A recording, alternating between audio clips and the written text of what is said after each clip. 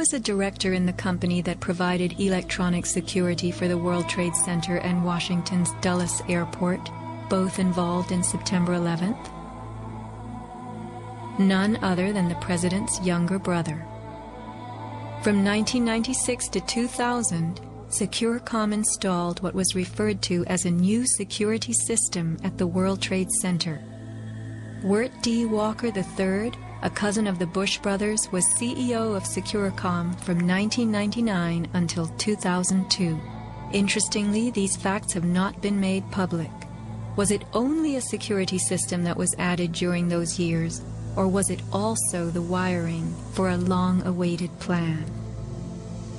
Scott Forbes, an IT specialist in a firm that had leased space in the South Tower since its erection, reported an unprecedented power down in his building for almost the whole weekend prior to 9/11. We were notified 3 weeks in advance of the power down by the Port Authority. That was relatively short notice to plan to shut down all of our banking systems. It was a big deal. It was unprecedented. We had a data center on the 97th floor, so our originating servers were all there. During that weekend, the power down meant that there was no security. The doors were all open, basically, and also the security video cameras were all off. But there were guys in overalls carrying huge toolboxes and reels of cables walking around the building on that weekend. Employees were notified that internet cables were being upgraded. But who were the strange workmen, and what were they really doing? All the power was shut down. If there was a power down, that meant that everything was gone in terms of security, in terms of access to the building, so anybody could have gone there and do any kind of setup. Having worked overtime to get his company's servers back up, Scott took the day off on September 11th. As he watched the towers collapse from New Jersey that morning, he was sure this had been the purpose of the mysterious weekend work. Scott notified many authorities, including the 9/11 Commission, about the unusual and lengthy power outage, but was ignored. Ben Fountain of Fireman's Fund spoke of unusual evacuations ordered at the Twin Towers during the weeks before September 11th. Others reported that the security alert was inexplicably lifted 5 days prior and bomb-sniffing dogs were removed. What would the dogs have discovered had they remained on duty?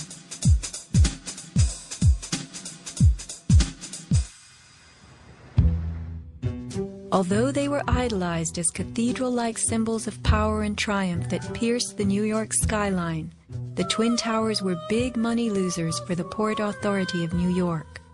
They cost millions a year to equip with the basics: electricity, water, heat, air conditioning, sewage, and even oxygen, being airtight.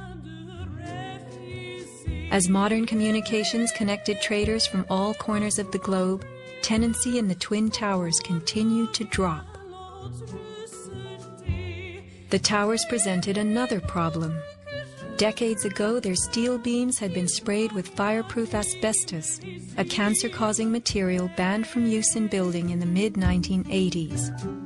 Although the World Trade Center complex was given several waivers, it was expected to clean up its act.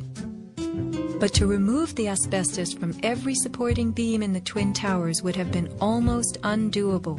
Quotes for this cleanup ran over $1 billion, and no insurance company was willing to bear the cost.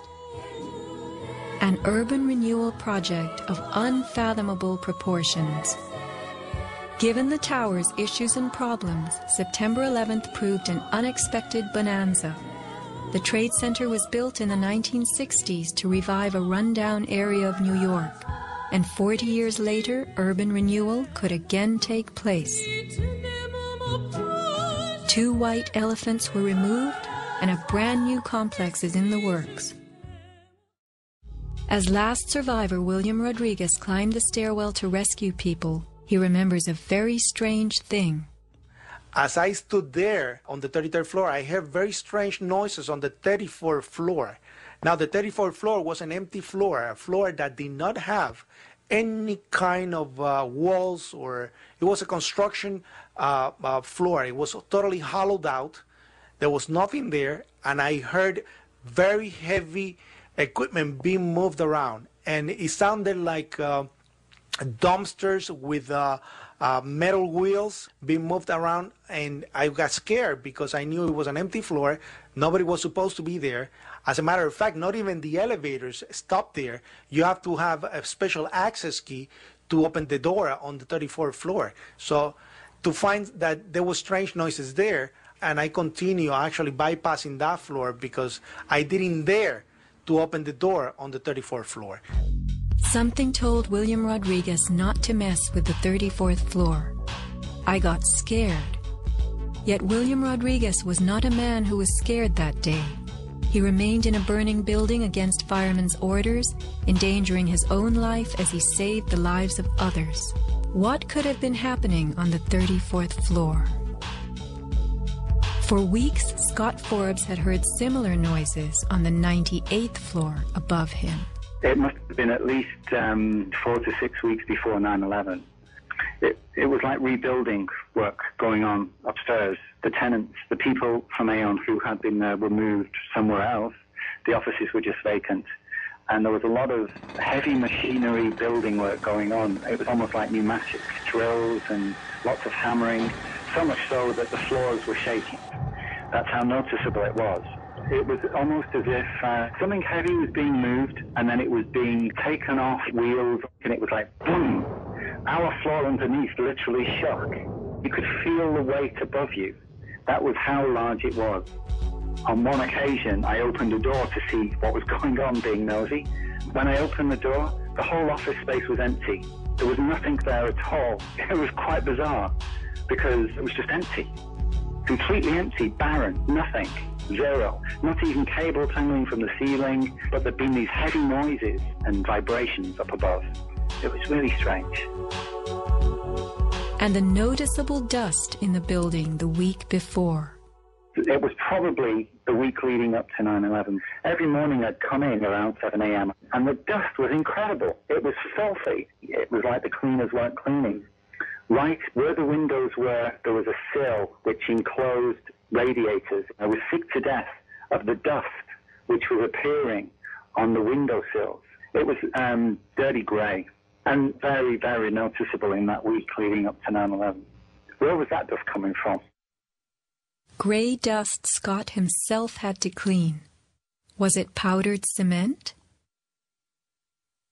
The steel columns of the Twin Towers formed an endo and exoskeleton. Had something been placed around the edge of the building, holes been drilled to contain it? Was the dust in those final days a telltale sign? As white elephants, the buildings were full of vacant offices. Tenants could be temporarily moved around for upgrades as Aon was, and a plan arranged to perfection. Was the strange construction that could be heard but not seen going on all over the towers? Larry Silverstein took possession 6 weeks before September 11th, when the strange construction began.